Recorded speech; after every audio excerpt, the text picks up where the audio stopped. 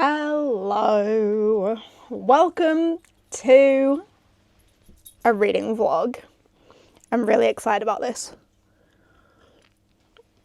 It's a really hot cup of tea.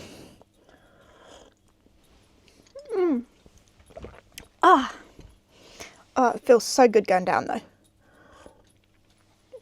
I've just got back in from a walk with Finny Boy, and whilst we were out, the sky opened, the rain came a-pouring down. So I've got changed into some dry, cozy clothes. My hair's still a bit damp, but a nice hot cup of tea going down, that feels good. Like, autumn is here. Truly. It has arrived. I do have all of my autumn decor up already. I put it up a little while ago. But I have added some bits to it, like this little ghosty dog in the background. And obviously Finn's head pumpkin that he likes to rest his head on is still there. That was there last year though.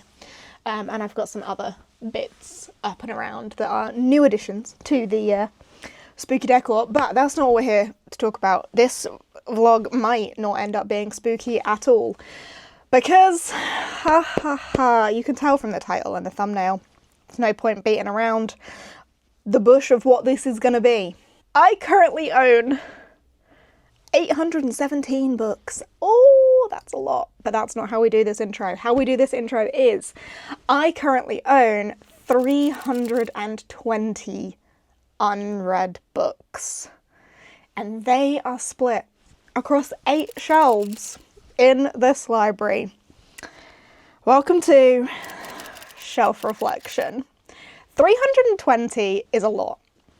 It was not that high. I have taken a bit of a pause from shelf reflection, kind of accidentally. I was obviously getting married and a lot of my attention and my effort was going on wedding preparations. I am now married. The wedding has happened. It has been and gone. So my attention can go back on reading and making content and things like that. So the 320 is much higher than it was the last time I did one of these videos, and I have kind of lost track of my token system this year, and I'm not even going to be mad at myself about it. It is what it is. It is okay. It is fine. We try again next year. I might not have even gone off it that much, but I've lost track enough to kind of be fine with drawing a line under it this year. This year was an anomaly year because of the wedding and such, so it's all good. It's whatever. But 320 unread books across 8 shelves. Normally what I would do here would be to roll some dice to randomly generate what shelf we're going to be reading from. However, in the last episode of Shelf Reflection, I asked you to vote for what shelf you wanted me to read from. And I haven't looked at those results, so I don't know what shelf it is that you might have picked. But whatever shelf it is that you have selected for me to read from is the one I will be reading from for this video. Now, I'm a little bit scared of this because I know that, for example, the Brandon Sanderson shelf and the Robin Hobb shelf will have been popular choices. Am I necessarily in the mood for either of those? No. If they come up, will I have to read them? Yes. So let's find out what I'm gonna read. Right, let me put my screen recorder on. 1 second. Okay, so here is the sheet. You pick my shelf reflection, and as we can see at the top here, we have got 225 responses. Doink. And they're in a list format. Oh. Some people... These ones, whatever shelf you want to pick, thank you. Some of these ones just cannot be entered in. I appreciate the people that have sent this. One of the Fairy Loot ones, Stormlight, Robin Hobb, I knew they would be popular. But the way I'm going to do this is to... oh, here we go. Okay, so we have some drawers. Do I just go with 2.1 because that's what's on top? interesting choice. Not what I would have predicted. 8.5 is the Robin Hobb shelf, as predicted. And 2.3 actually as well. An interesting choice. Shall we put them in a spinner wheel? Wheel of names, that's what we want to do. So we've got 2.1, 2.2, no, 2.3, and 8.5. Was that what they were?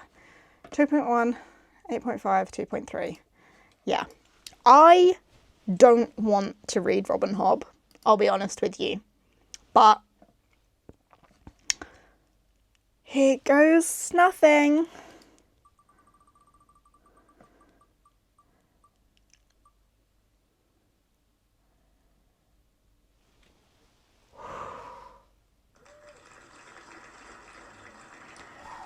The relief I feel is so strong. 2.1, which was also just the top shelf anyway, so I could have just done that.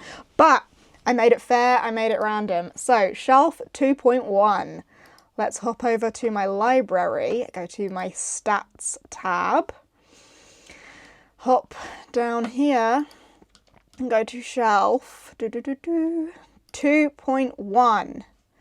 It is a massively unread shelf. 20 books, 16 of which are unread, 3 of which are read, which means there's a DNF on there. Yes.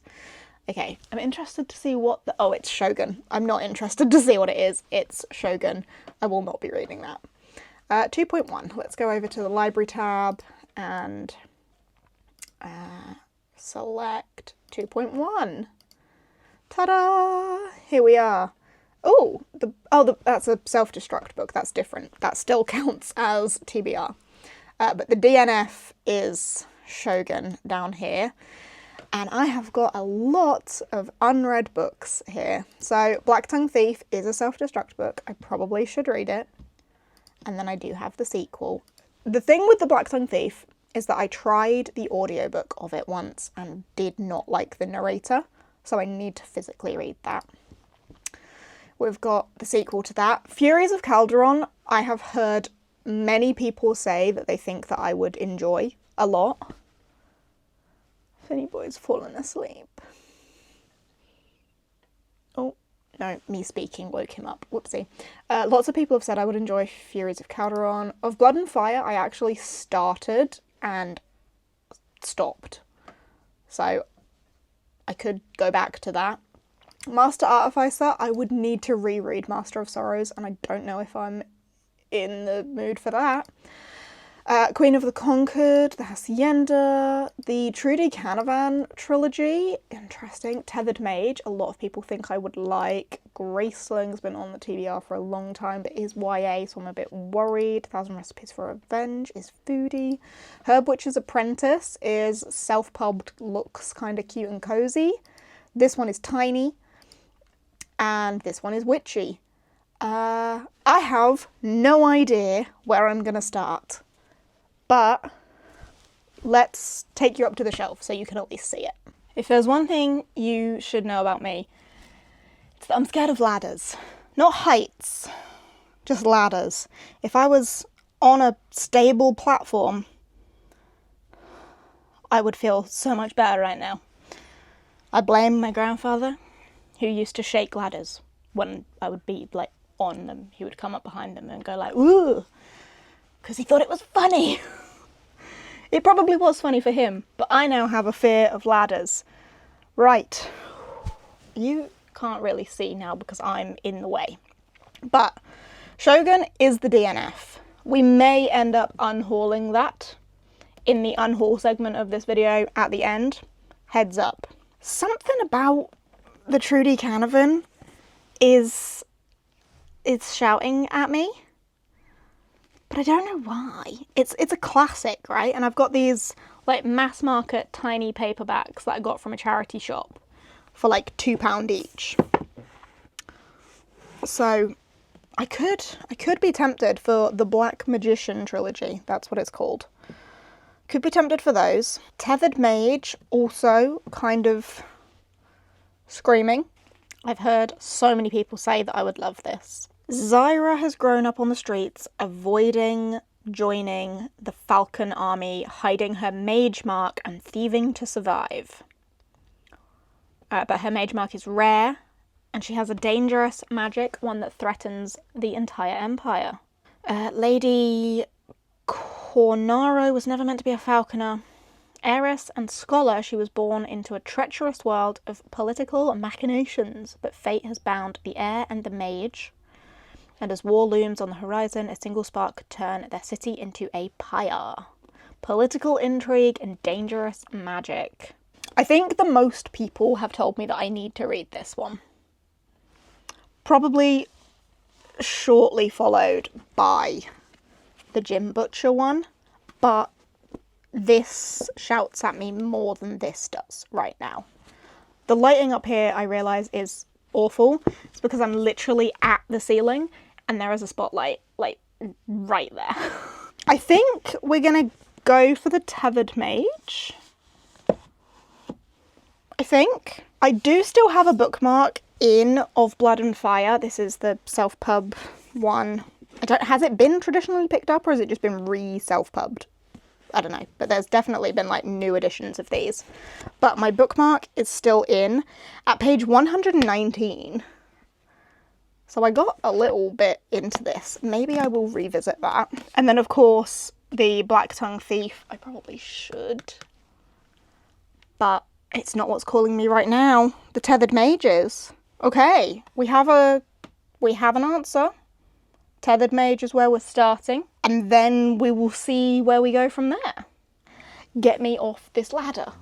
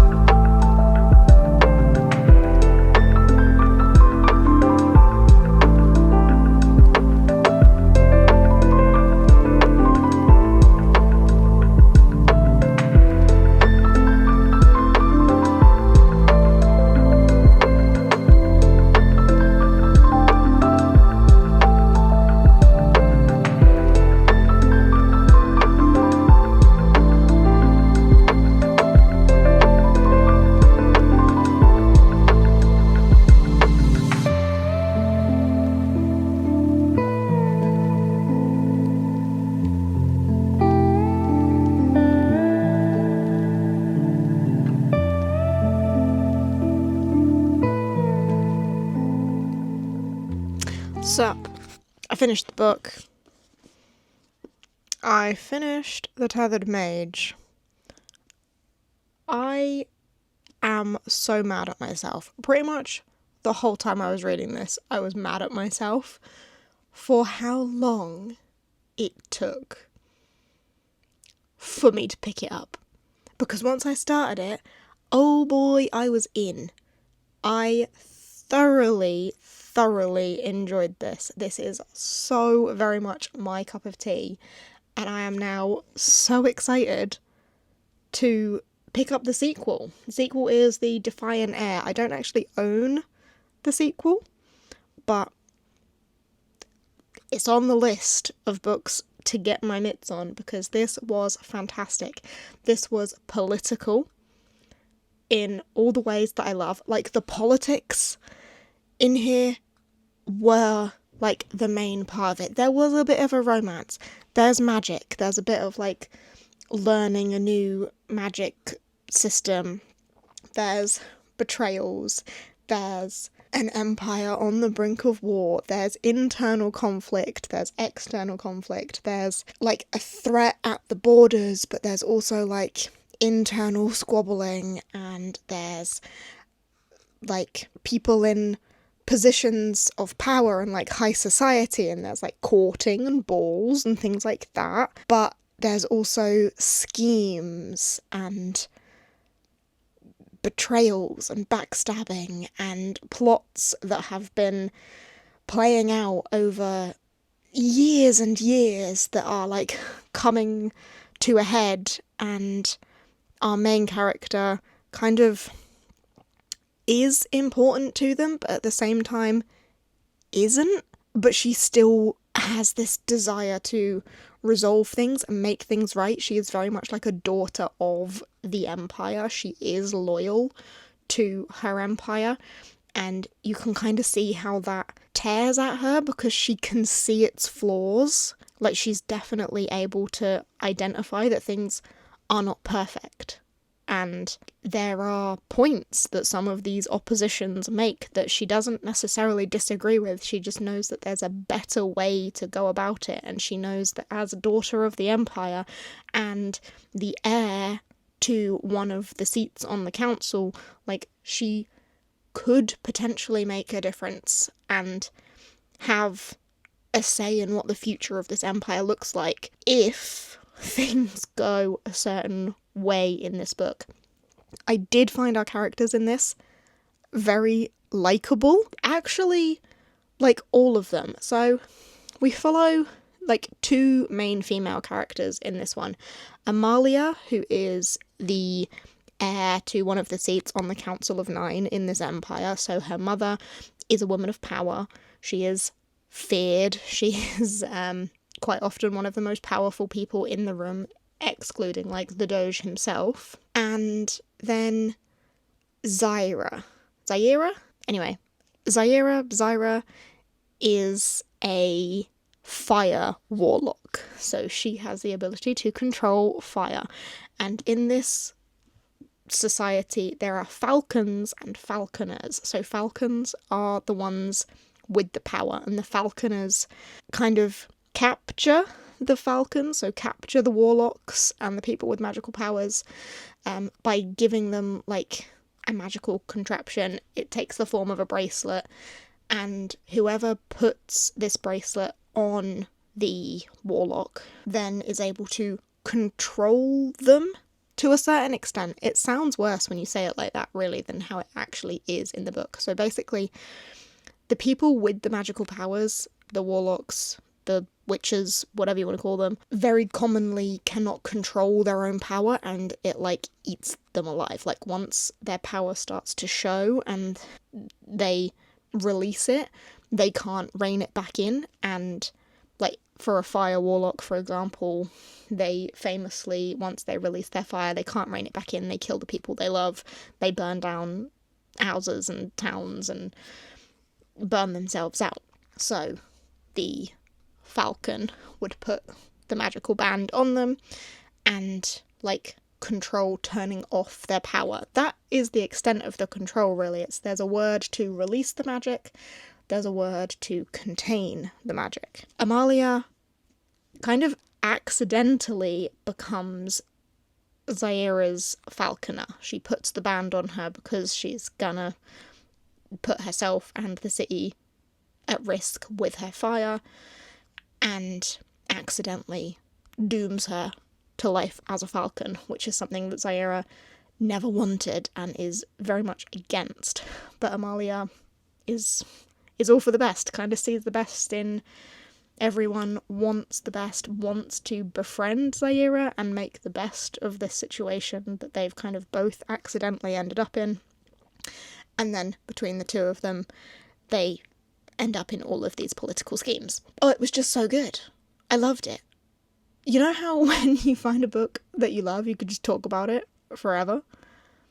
I had such a good time with this. I feel like there's so much I could talk about. Like, Zaira as a character, she is mean, but so justified in how she behaves. Like, she never wanted this life that she's now had thrust upon her by this rich girl in power. Like, she's very much kept herself to herself, tried to stay away from the falcons and the falconers because she didn't want that life. She didn't want the luxury of it. The falcons kind of get used as weapons in certain ways. Like, they're held by the military and their powers are released when the Empire's at risk or whatever, and Jadeyraereads never wanted that, and she doesn't like that this life has been thrust upon her, and she's fought all of her life to maintain her freedom, and now she's been caught by this, like, snobby rich girl. So Jadeyraereads mean, Jadeyraereads pissed, but so justifiably, and it's really nice to see that, like, conflict between Jadeyraereads and Amalia, but then how throughout the story, like, their relationship grows and they realise that they do have certain things in common. They definitely have their differences, and those differences are still there by the end of this book, but they realise that there is some common ground, and it was nice to see their relationship build. And it was also really nice to see Amalia's relationship with her mum, because her mum obviously sits on the council, is this scary, powerful woman, and to an extent Amalia's even a little bit scared of the power that her mum has. Like, she knows she could never possibly live up to what her mum expects of her. She doesn't have what it takes to be the heir to the seat, and how Amalia then handles herself, and how her mum kind of watches everything and is aware of things but doesn't necessarily butt in, just for the curiosity's sake of seeing how Amalia handles things and seeing what her daughter is capable of. And the interactions between them I really enjoyed. Not necessarily a healthy mother-daughter relationship, but I found it enjoyable to read. And then Amalia's love interest as well. That was cute, that was sweet, but it was very much a backseat moment, which I appreciated a lot. It was there, but it was not the book's priority. It was not the character's priority. It was in the background. Like, it was there, we were aware of it, but the characters knew that there were bigger fish to fry, and I just liked how it was handled. So even the romance side of it, I enjoyed. Don't get me wrong, there was minimal of it, but I enjoyed it a lot. So overall, I have given this one a 4.5 star. Didn't quite give me 5-star feels, although now looking back and talking about it, I'm talking about it as if I loved it at 5-star level. So maybe we'll just see how I feel about this in a few days, and we'll see if I maybe raise that or not. But at the minute, it's at a 4.5. I thoroughly enjoyed and need to get my mitts on the sequels to this one. So, one down on the spreadsheet. And the next one that I am picking up is 1,000 Recipes for Revenge by Beth Cato. I actually did a Patreon poll for this, like an emoji poll. I picked a few random books off the shelf and put some emojis to them. So the emojis for this one was a bowl of soup and some swords. So this book has been lovingly nicknamed Soup Knives by my patrons, but they voted for Soup Knives, so I am starting 1,000 Recipes for Revenge tonight. I am currently 14 pages in, so not far at all, but in this world, chefs are magic. Like, the ability to create food to the level of a chef is a magical ability. There are 5 gods, and they are all like food related gods of flavour. So there is like the god of milk, and the god of sweet, the god of salt, and chefs that have the ability to perceive these flavours and cook to that sort of level. It is a magical ability, and they are recruited to like the chef's guild that is like an army, works for the royal family. I don't really understand how it works yet, obviously, because I'm only 14 pages in, but so far I am intrigued by the setup of the world. So I'm going to take this one off to bed with me tonight and see how much I can read. But so far, this shelf is going well. Oh hey, don't mind me with my little treatment mask thing on. So flattering, am I right? So very flattering. But it is later in the day and I have read most of this book. Did I actually update you this morning, or did I update you last night when I started it? Anyway, I've read this whole thing in like 24 hours, so Hurrah for that. That is mainly because I have done nothing but read, and not necessarily because the book has been good, not necessarily because the book has held my interest, not necessarily because I've had the best time. I have ended up giving 1,000 Recipes for Revenge by Beth Cato 3 stars. It was entertaining. There was an entertaining element to it. I think I enjoyed the first half of this more than the latter half. I think it was too long, and there were portions of it where it just felt like not an awful lot was happening, but like it was trying to make things happen. And then in the second half, there were some character choices that I just do not think were real enough. Like, I don't think the characters would have actually behaved the way that they did at the end of the book. So I don't think it was a deep enough exploration of why the character made the choice that they did. And I don't want to be spoilery, so I don't want to tell you what it was that they did, but I just don't think that it was well done, because it very much didn't come with any sort of emotional repercussion for that choice, which made me feel a bit weird about the ending.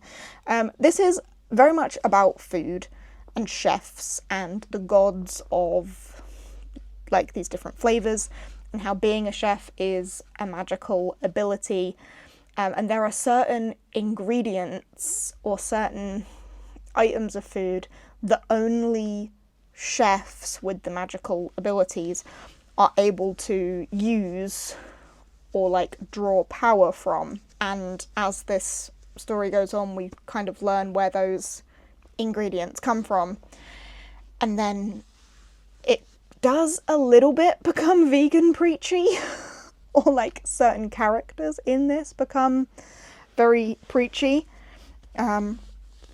which is fine, but then just wasn't necessarily enjoyable to read. And like, I don't disagree with it, like I'm not saying I disagree with that at all, but it then just wasn't as entertaining as I thought this was going to be.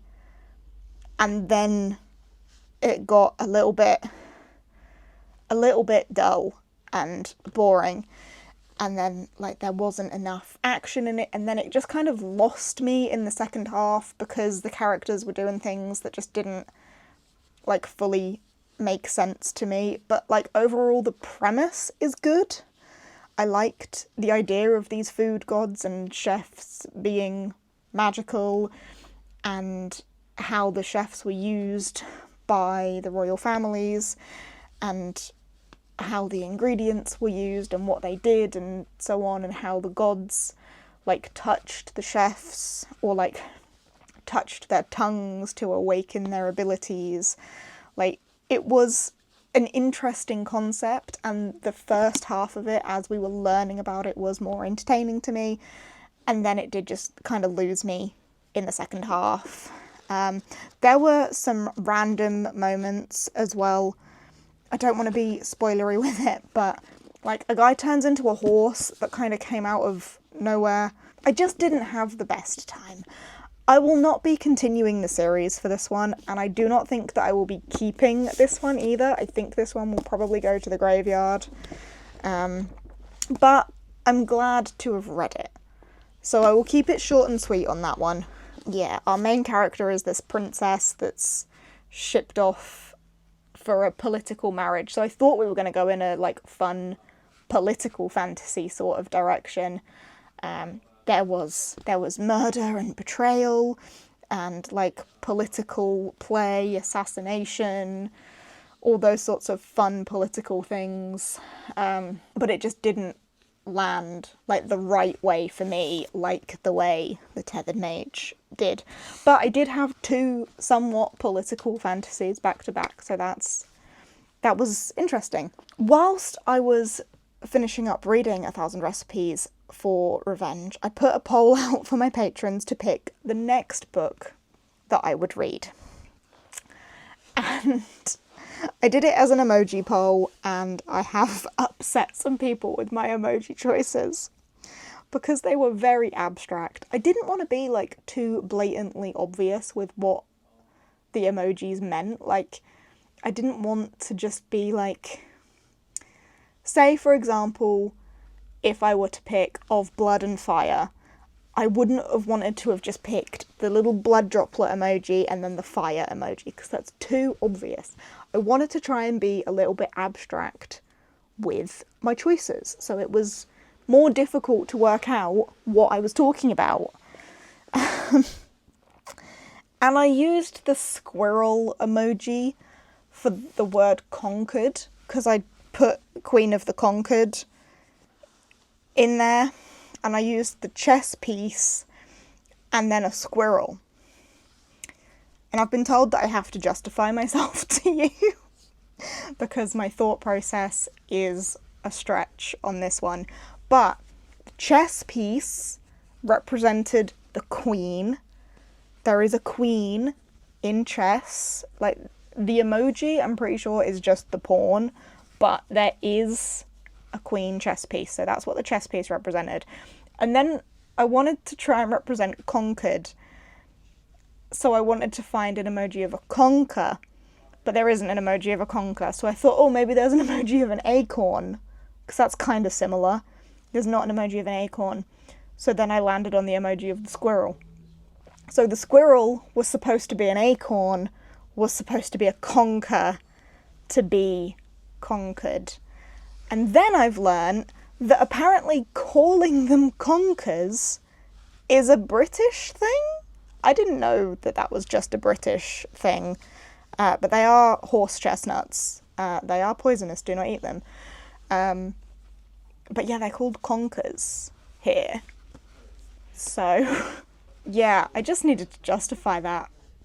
We had a bit of a giggle about it. Anyway, the one that actually won the poll was not that one anyway.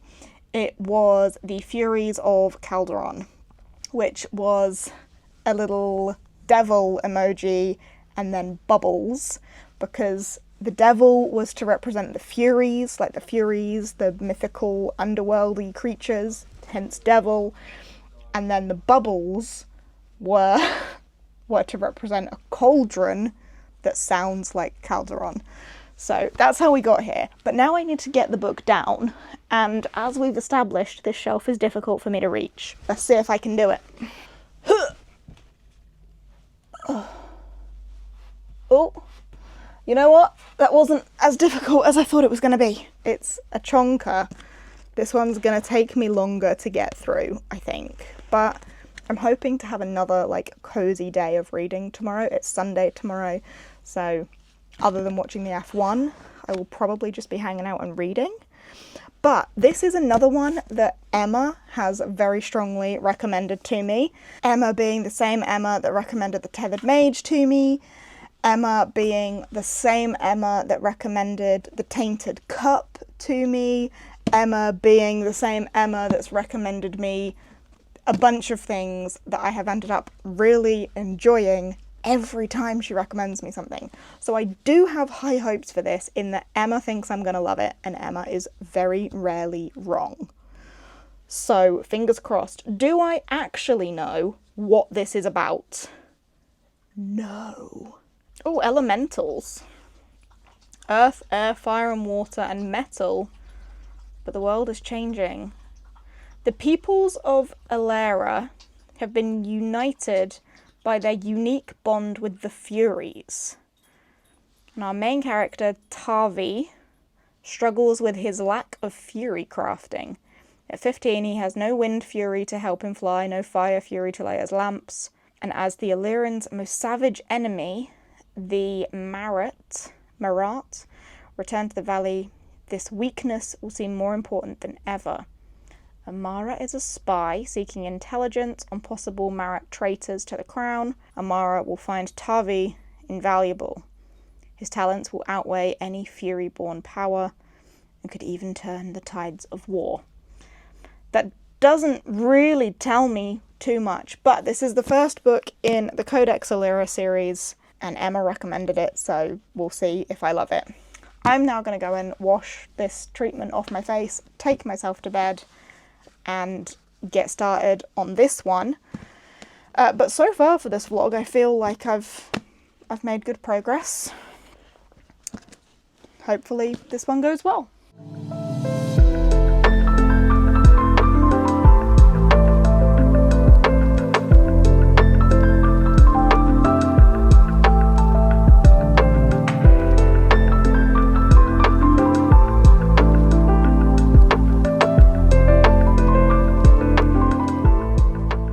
Hello. Hold on, let me stop you tracking me. I hate it when it tracks me, when I'm like sat down. If I'm moving around, I don't mind it so much because it like actually follows me.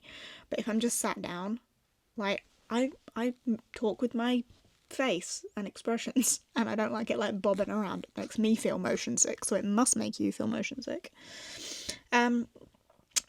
It's been a couple days, and I have finished the Furies of Calderon.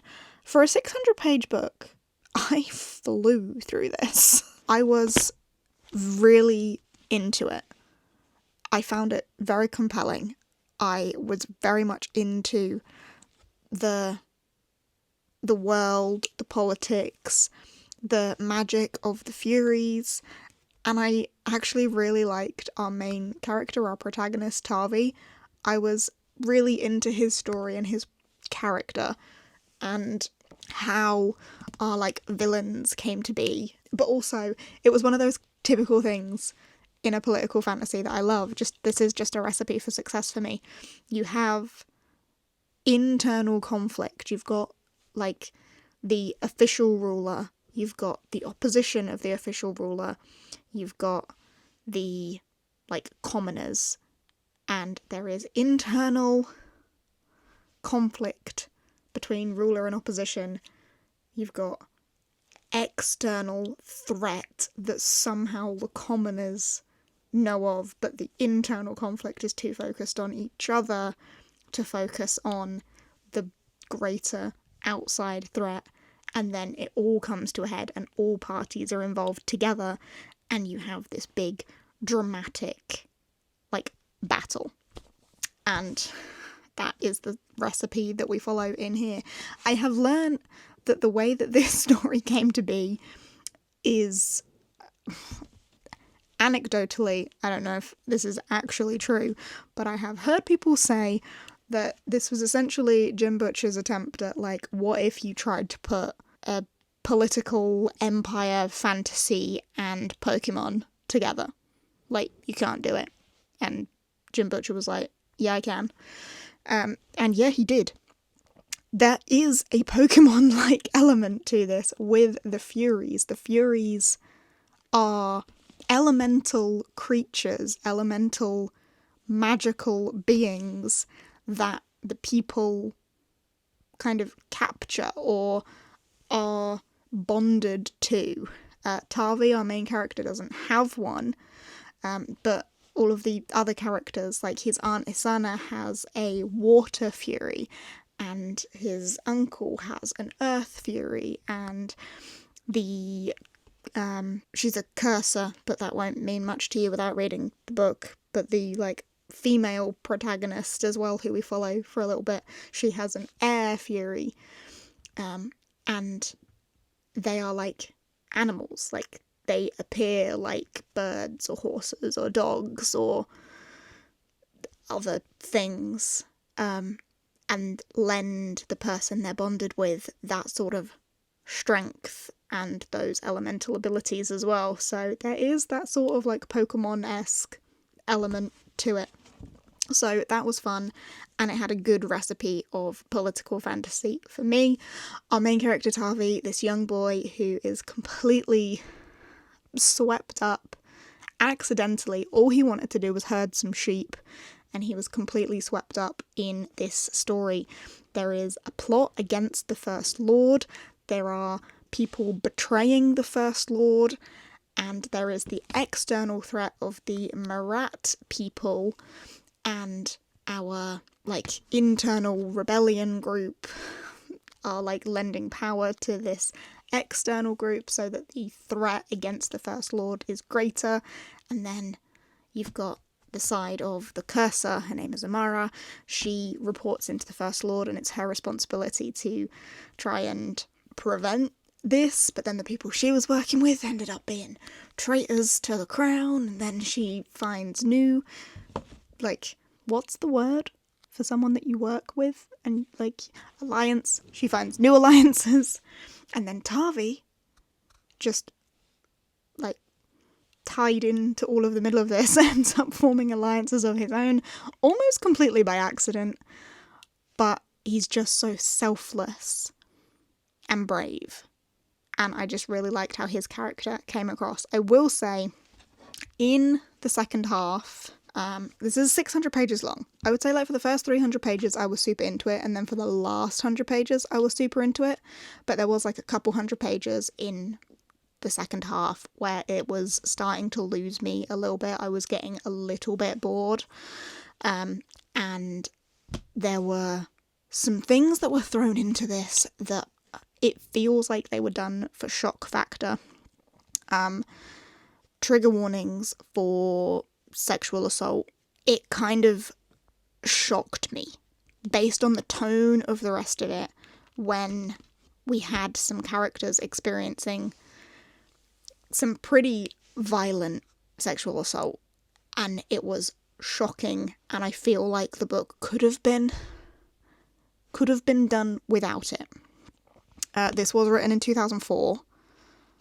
I feel like things like that aren't as often included in books these days, but it was shocking and uncomfortable. And the character who does this, like, we already knew that he was an asshole. Like, we already knew he was vile. We already knew the way that he was treating people around him. We already knew the way that he viewed women. It didn't add anything, in my opinion. It didn't add to my dislike of this character, because I already knew those characteristics about him based on things that he had said in previous scenes. So it just felt excessive and shocking and slightly unnecessary to have that level of detail in there. Aside from that, I had a very good time with this book. This, of course, is book 1 of the series. Do I see myself continuing this series? Not really. And I can't really tell you why without spoilers, because the direction I see the next book going in is a direction that I typically don't enjoy my fantasy going in. This, and the direction this had, I really enjoyed. I'm gonna give this maybe a 4-star, just because of those 200 pages that were a bit and the reasons I've just discussed. I'm gonna give this one a 4-star. If I didn't know the direction that the next one is gonna go in, I would maybe be a little bit more inclined to pick it up. But because I know kind of the main theme of it, I don't think I would enjoy it as much. And I'm also very happy with how this ended. Like, I feel like it's complete enough. So I'm really glad to have read it. I very much enjoyed it. 4 stars. But I don't feel a need to continue. Does that make sense? I hope that makes sense. So that is that done. That does mean I have read 3 books so far for this episode of Shelf Reflection. It's quite chunky, actually, because one of them's a 600-pager. And that does actually mean that I have doubled the number of books read on this shelf. I have the stats spreadsheet up in front of me, and they only had 3 books read on it before, and now it's got 6. So that's a good increase in number of books read on it. Doubling. But we're not done. We're going to go again. And I did another poll for my patrons, and the emojis that they picked for me to read a book on was a mirror and a dolphin. And for mirror and dolphin, that was the Order of the Pale Moon reflected in water. I didn't know what to do for the Order of the Pale Moon, but reflected, mirror, water, dolphin. That one is only a novella. Can I grab it? It's only a teeny tiny one. It's very little. This is actually an ARC copy. And part of me thinks that I might have read this before or started this before. Maybe I like started it when I first got it and then never did anything else. Maybe I never finished it, but I started it. But now's the time. It was voted for on the poll and it's an Italy one. So it shouldn't take me too long to get through, I hope, and means I would be even further along with that red percentage. So that is my next task. But right now it is very late and I'm going to go to bed. And I guess as the theme so far has been I tell you I'm going to read a book and I come back when I've finished it and I give you 0 updates midway, I guess I'll see you when I've finished this one.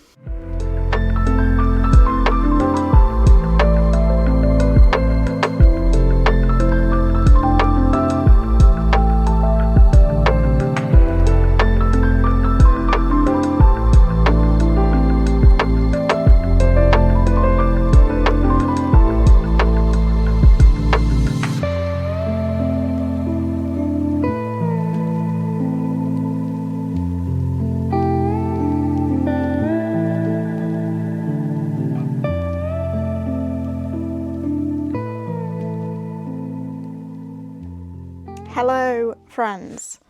Happy Wednesday. You don't need to know it's Wednesday, because it's probably not going to be Wednesday when you're watching this. Is it Wednesday when you're watching this? Are you watching this on a Wednesday? Anyway, happy next day. I did finish The Order of the Pure Moon Reflected in Water today. This is just a little novella, so did not take me long at all to get through this one, and I have given this one 3 stars. I found it a little bit confusing in places. I couldn't quite follow which character was which. Hello, emails. Couldn't quite follow which character was which, so I was a bit confused. But the overall premise of this nun, like, kind of accidentally ending up joining this band of thieves or bandits, and then getting way more involved than she ever really meant to. There was something kind of comedic about it, but also heartwarming, and then there was kind of like a queer undertone to it as well, but I didn't love it. I think I always have this struggle with novellas regardless. They never feel enough for me to become invested in the characters and truly like form any sort of attachment to any of it, and therefore because I lack that attachment I then don't care as much. But it was entertaining and I liked the characters. I just didn't necessarily care all that much, but like I'm not bothered by it because it was short and I didn't have to invest an awful lot of time in it. So meh. I always feel a bit weird with reviewing novellas because I never know too much of what to say, because I don't want to give too much away because it's only a short book, because I feel like something that happens like 100 pages into this is near the end. But yeah, it was slightly comedic. There was some fun to it. There's obviously banditry and thievery and all the chaos that comes with that. Our main character is a nun, so there are topics of religion and faith, but it's still kind of in a playful way. Like, it did feel like a very playful book. I just don't have an awful lot to say about it. So it's another one done. That does mean that my total so far is now 4 additional books read off the shelf. And I have decided I am going to do one more. So we've done 5 off the shelf, and I think that should make my percentage like 40% read. Maybe? I can't remember the math off the top of my head. But I have decided I am starting Graceling. This one is one I've just decided for myself. I haven't done a poll for anyone to pick on this. I just wanted to. And this one's been on my shelf for such a long time, on my TBR for so long, that I thought whilst I've got the urge to read it, I'm just going to. Because otherwise I don't know if I would ever get to this. I think this one's YA, so not something I would typically reach for anymore. And Emma, the one who recommended me the other two I've enjoyed so far in this video. She said that when she read this, admittedly like decades ago, when it was fresh and popular, she really loved it, but she doesn't know how it will hold up. So that does give me faith that I might enjoy this a little bit. I am currently a grand total of 14 pages into it, so not very far at all. But I'm excited to be knocking something off the TBR that's been on it for such a long time. Again, I'm just going to dive into this and see how it goes, and as the theme has been with this vlog that I don't talk to you until I've finished the book, I'll see you when I've finished the book. Hi, I look a bit different. I thought I would be finished with this video before I had my hair done. Alas, that didn't happen. Only just though, because I have now finished Graceling. I don't know what to talk about first, the hair or the book. Let's talk about the hair. Do you love it? I love it. There's like red and orange and blonde and this like dark bits. And the orange is actually two different shades of orange, like all the way around. And then in the back underneath, there's another dark bit under there. And there's some more blonde bits under there somewhere. I love it. I am obsessed. I am so excited by it as a whole. And I hope you love it too. I loved when I had the split fringe before with the orange and yellow, which I didn't realise was actually so many years ago, but it was many, many years ago. I think we're talking like maybe 5 years ago, which is just crazy. Like at least 3, maybe 5. But I'm glad to have the split fringe back and also the general calico cat vibes. So very excited by the hair. The book does excite me ever so slightly less, but I have finished this. I will say, after like the reveal about the villain, like who the villain is and what the villain is capable of, after that reveal, my interest in this rapidly declined. I wasn't a massive fan of the writing style overall. I didn't love our main character, Katsa. I didn't like her tone of voice. It was very YA. It is YA, but it read very YA in a way that like the character seemed too young for what the character was doing. So Katsa, our main character in this, is a Graceling. She has a grace, which is like an ability, and her grace is killing. She's like naturally very gifted at killing, to a point that when she was younger she like couldn't control it and she accidentally killed someone. And with that power she's become very useful to the king and is kind of used as the king's thug. And then political fantasy, a neighbouring kingdom does something, a king pisses off another king and whatnot, and hoo-ha, and she doesn't want to be used as a weapon and gets in the middle of it. Very predictable.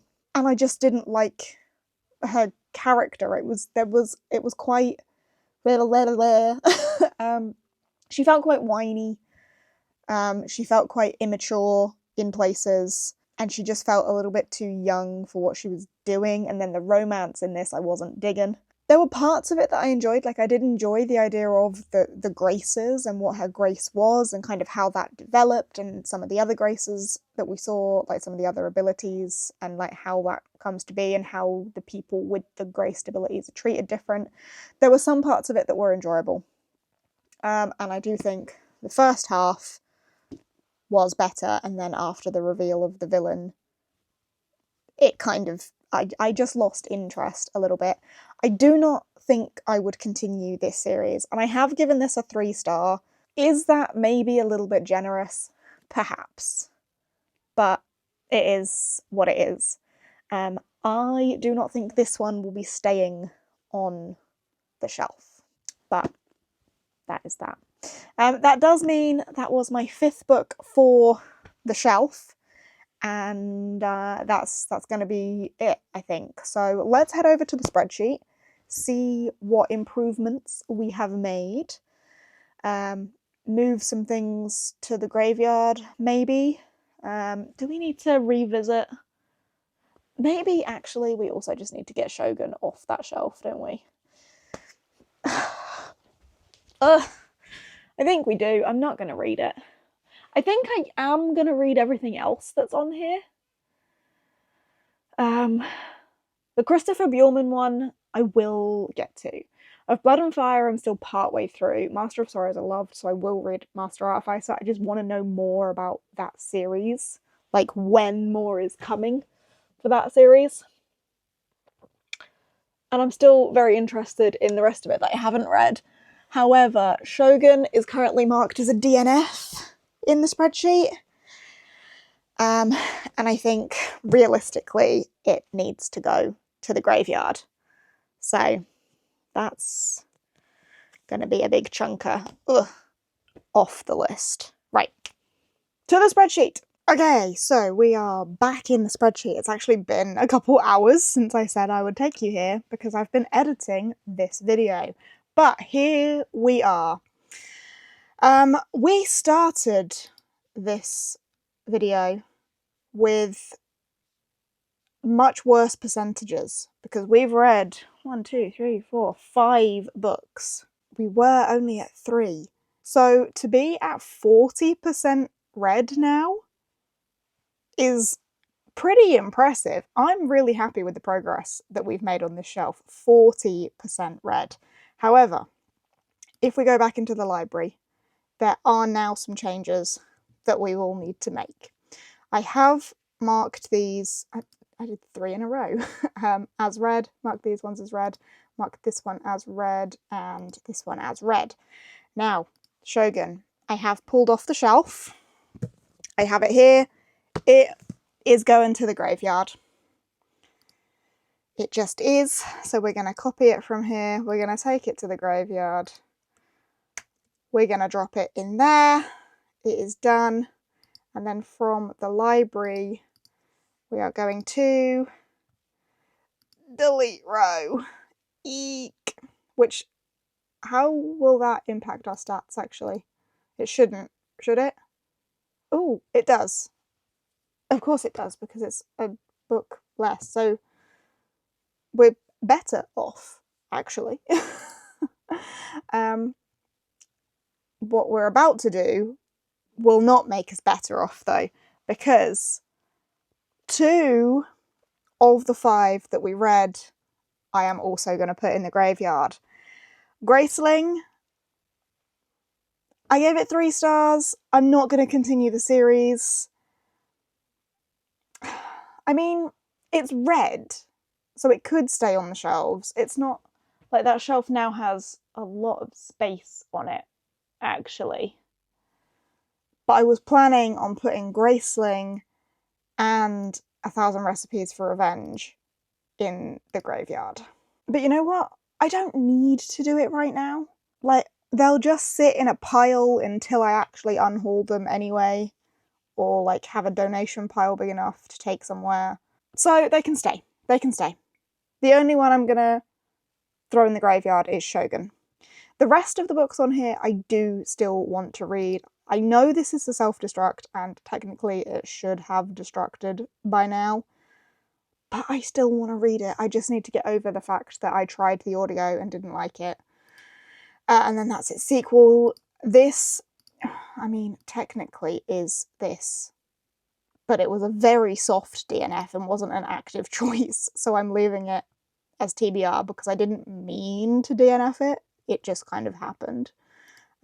So excited for this. I'm still looking forward to reading all of these. I thought that I might get to Herb Witch's Apprentice in this, but I didn't quite. And The Lighthouse Witches is maybe a seasonal pick. We'll see if I get to it anytime soon anyway. But that is how we're going to leave it. And if I come back over to stats, 19 books on the shelf now because we got rid of Shogun. 42% read, and I think we started at like 15%. So I'm really happy with the progress on shelf 2.1. Back to me. I really hope that you have enjoyed this episode of Shelf Reflection. I apologise that it's been so long since you had one before this. Life got really busy, but hopefully you have enjoyed this one, and I will definitely be making more going forward. So I hope you're looking forward to those, and maybe you'll see one in October and we'll go back to the dice. So stay tuned for that. But also in the meantime, in October, I am tackling 31 books in 31 days, spooky edition. Every April I do 30 and 30. We're giving October a go for 31 and 31 spooky edition. So there will be lots of reading vlogs from that, I can imagine, and just general chaos. So I'll try and squeeze a shelf reflection into that. But I'm so glad to have my reading mojo back. Anyway, I'm going to stop rambling now. I'm just going to disappear. Thanks for watching. Thanks for hanging out. Hope you had fun. And I will see you in whatever comes next. Bye!